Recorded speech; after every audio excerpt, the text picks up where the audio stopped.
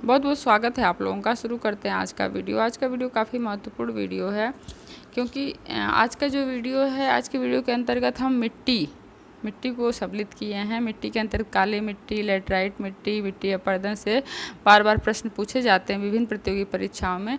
तो काफ़ी रुचिकर और महत्वपूर्ण वीडियो है आज का, ज़रूर देखिएगा। यह जो वीडियो है आपके टीजीटी, पीजीटी, यूजीसी नेट से जो सेकेंड पेपर है उसका, या फिर हायर एजुकेशन या सी टेट का जो सेकेंड पेपर होता है, उनमें सभी में ये प्रश्न जो हैं काफ़ी महत्वपूर्ण साबित होंगे। तो शुरू करते हैं आज का वीडियो। पहला जो प्रश्न है, रेगड़ किसका नाम है?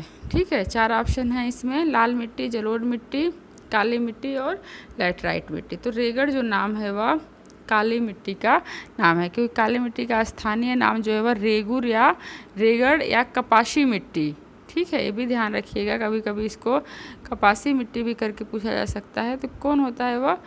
यानी कि रेगड़ ही है। ठीक है, कपासी मिट्टी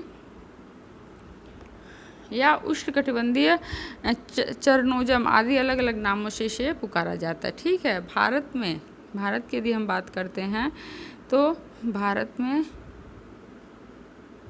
यह मिट्टी जो है वह इसका विस्तार महाराष्ट्र, मध्य प्रदेश, गुजरात, ठीक है, इन 3 क्षेत्र में, यानी कि महाराष्ट्र, पश्चिमी मध्य प्रदेश और गुजरात राज्यों में लगभग 5 लाख वर्ग किलोमीटर में फैला हुआ है। दूसरा क्वेश्चन देखते हैं। दूसरा है, रेगड़ मिट्टी सबसे ज़्यादा पाई जाती है। इसके भी 4 ऑप्शन हैं, महाराष्ट्र, तमिलनाडु, आंध्र प्रदेश और झारखंड। तो सबसे अधिक पाई जाती है महाराष्ट्र में। नेक्स्ट क्वेश्चन में चलते हैं। रेगुर नाम है, हम लोग अभी इसका डिस्कशन किए थे। रेगुर नाम है। 4 ऑप्शन है, लाल मिट्टी, काली मिट्टी, कछारी मिट्टी और लैटराइट मिट्टी। तो रेगुर किसका नाम है? काली मिट्टी का। ठीक है, नेक्स्ट क्वेश्चन पे चलते हैं। लावा मिट्टियाँ पाई जाती हैं छत्तीसगढ़ मैदान में, सरयू पार मैदान में, मालवा पठार में और शिलांग पठार में। तो कहाँ पाई जाती हैं लावा मिट्टियाँ पाई जाती हैं मालवा के पठार में, क्योंकि पश्चिमी भारत की काली मिट्टी का निर्माण लावा से हुआ है और मालवा का पठार इसी दक्कन ट्रैप की काली मिट्टी क्षेत्र के अंतर्गत आता है। नेक्स्ट है, लैटराइट मिट्टियों का प्राधान्य है। इसके भी 4 ऑप्शन दिए हुए हैं, मालाबार तटीय प्रदेश, कोरोमंडल तटीय प्रदेश, बुंदेलखंड में और बघेलखंड में। तो कहाँ पर है? लैटराइट मिट्टियों का जो है प्राधान्य है मालाबार तटीय प्रदेश में है। ठीक है, क्योंकि लैटराइट मिट्टी भारत के लगभग 1.22 लाख वर्ग किलोमीटर क्षेत्र पर फैली हुई है और इसका जो विस्तार है वह मालाबार तट, पूर्वी तट, सतपुड़ा, असम और मेघालय की पहाड़ियों में तक इस जो है फैला हुआ है। ठीक है, इन मिट्टियों में लौह और एल्युमिनियम, कभी कभी ये भी क्वेश्चन आ सकता है कि लौह और एल्युमिनियम जो की अधिकता किस मिट्टी में पाई जाती है, तो वह लैटराइट मिट्टी में पाई जाती है। ठीक है, और एक क्वेश्चन और आ सकता है कि इन मिट्टियों का लाल रंग लोहे की ऑक्साइड के उपस्थिति के कारण इन मिट्टियों का जो रंग होता है वह लाल होता है। नेक्स्ट क्वेश्चन है, निम्नलिखित कथन में से कौन लैटराइट के लिए सही नहीं है? इसके भी 4 ऑप्शन हैं। ये आर्द्र अपक्षालित प्रदेशों की मिट्टियाँ हैं, ये बहुत ही अपक्षालित मिट्टियाँ हैं, इनकी उर्वरता कम होती है और उनमें चूना प्रचुर मात्रा में पाया जाता है। ठीक है, तो हम देखेंगे कि ये पहला सही है, दूसरा सही है, ये सही है, ये गलत होगा, क्योंकि उनमें प्रचुर मात्रा में चूना पाया जाता है, ये सही नहीं है। नेक्स्ट क्वेश्चन है, मृदा अपरदन को रोका जा सकता है। इसके भी 4 ऑप्शन दिए हुए हैं, अतिचराई द्वारा, वनस्पति के उन्मूलन द्वारा, वनारोपण द्वारा और पक्षी संख्या में वृद्धि करके। ठीक है, तो मृदा अपरदन को कैसे रोका जा सकता है? वनारोपण के द्वारा। ऑप्शन नंबर सी इसका सही होगा। नेक्स्ट क्वेश्चन है, चंबल घाटी के खो गड्ढों के निर्माण का कारण निम्नलिखित में से किस प्रारूप का अपरदन है? तो कौन सा है यह अपरदन? यह जो है अवनालिका अपरदन है। ऑप्शन नंबर डी इसका सही होगा, क्योंकि भारत के मृदा अपरदन के अंतर्गत हम देखें चंबल घाटी जो क्षेत्र है वह खो गड्ढों का निर्माण जो है अवनालिका अपरदन के कारण हुआ है। नेक्स्ट क्वेश्चन है, किसका उपयोग मिट्टी की लवणता एवं क्षारीयता की समस्या का दीर्घकालीन हल है? 4 ऑप्शन हैं, राक फॉस्फेट, जिप्सम खाद और यूरिया। तो किसके उपयोग से जो है मिट्टी की लवणता को कम किया जा सकता है? कौन सा इसका ऑप्शन सही होगा?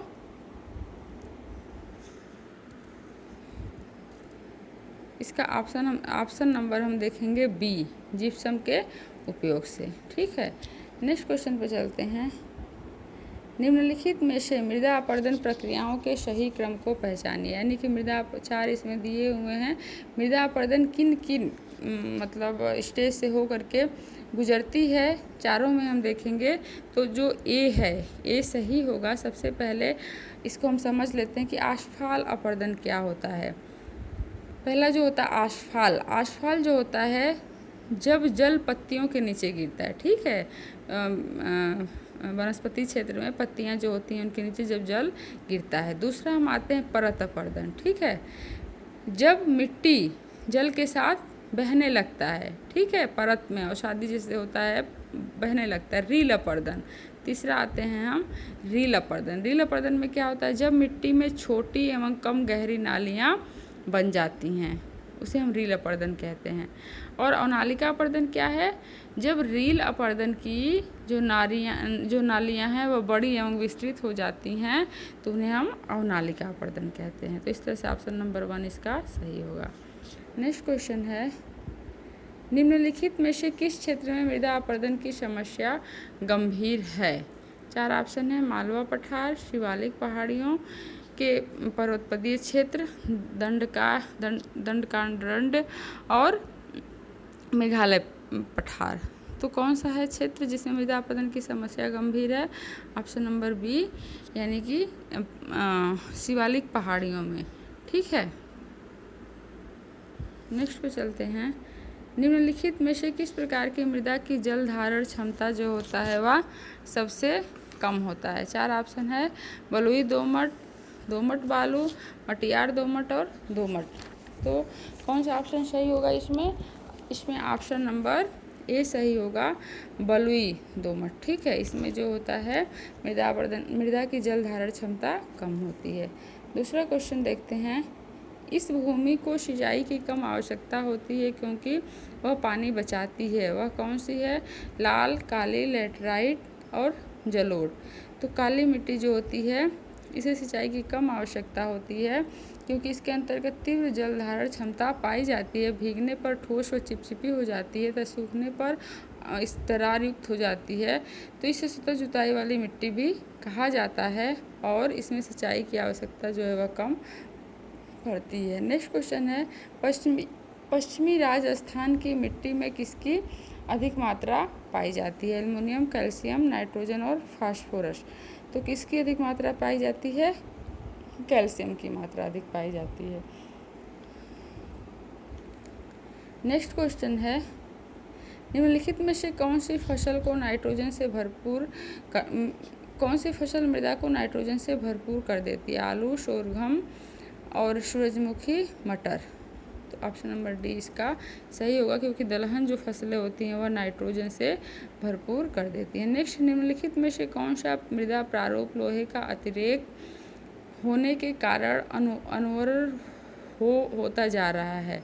मरुस्थलीय बालू, जलोढ़, पार्जोलिक और लैटराइट। ऑप्शन नंबर डी इसका सही होगा, लैटराइट, क्योंकि लैटराइट में लौह ऑक्साइड पाया जाता है और शुष्क एवं आर्द्र ऋतुओं के प्रत्यावर्तन से सिलिकामय पदार्थों के निक्षारण या उनके अपरदन से इन मृदाओं का निर्माण होता है। नेक्स्ट क्वेश्चन है, निम्नलिखित में से कौन सी मिट्टी चाय बागानों के लिए उपयुक्त होती हैं?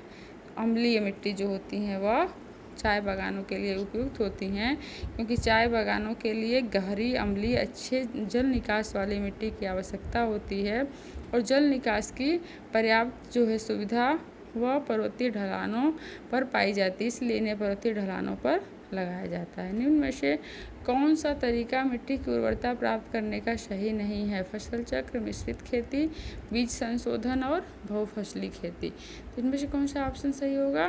बीज संशोधन। ठीक है, बीज संशोधन से की विधि से उपज पर प्रभाव पड़ेगा, किंतु मृदा की उर्वरता है उस पर प्रभाव नहीं पड़ता है। गंगा के मैदान की पुरानी कछारी मिट्टी कहलाती है। 4 ऑप्शन है, भाबर, बांगर, खादर और खोंडोलाइट। तो क्या कहलाती है पुरानी कछारी मिट्टी? बांगर कहलाती है, कि गंगा के मैदान की पुरानी कछारी मिट्टी को बांगर कहा जाता है। इनकी स्थिति बाढ़ की पहुँच से परे कुछ ऊंचाई पर होती है। ठीक है, यानी कि बाढ़ का पानी बांगर मिट्टी तक नहीं पहुँच पाता है। इस वजह से इन मिट्टियों का रंग पीले रंग का पाया जाता है। नेक्स्ट क्वेश्चन हम देखते हैं, पॉटजॉल क्या है? बहुत इंपॉर्टेंट अक्सर आता है क्वेश्चन। कोड़धारी वन प्रदेशों में पाई जाने वाली मिट्टी, शुष्क प्रदेशों में पाई जाने वाली, अत्यधिक उर्वरक जलोढ़ मिट्टी और इनमें से कोई नहीं। तो पॉटजॉल क्या है? यह जो है कोड़धारी वन प्रदेशों में पाई जाने वाली मिट्टी है। ठीक है, तो इस तरह से आज का ये वीडियो समाप्त होता है। 20 प्रश्न थे इसके अंतर्गत। उम्मीद है कि आपको वीडियो पसंद आया होगा। काफ़ी इंपॉर्टेंट क्वेश्चंस थे, ज़रूर देखिएगा। मिलते हैं फिर नेक्स्ट वीडियो में।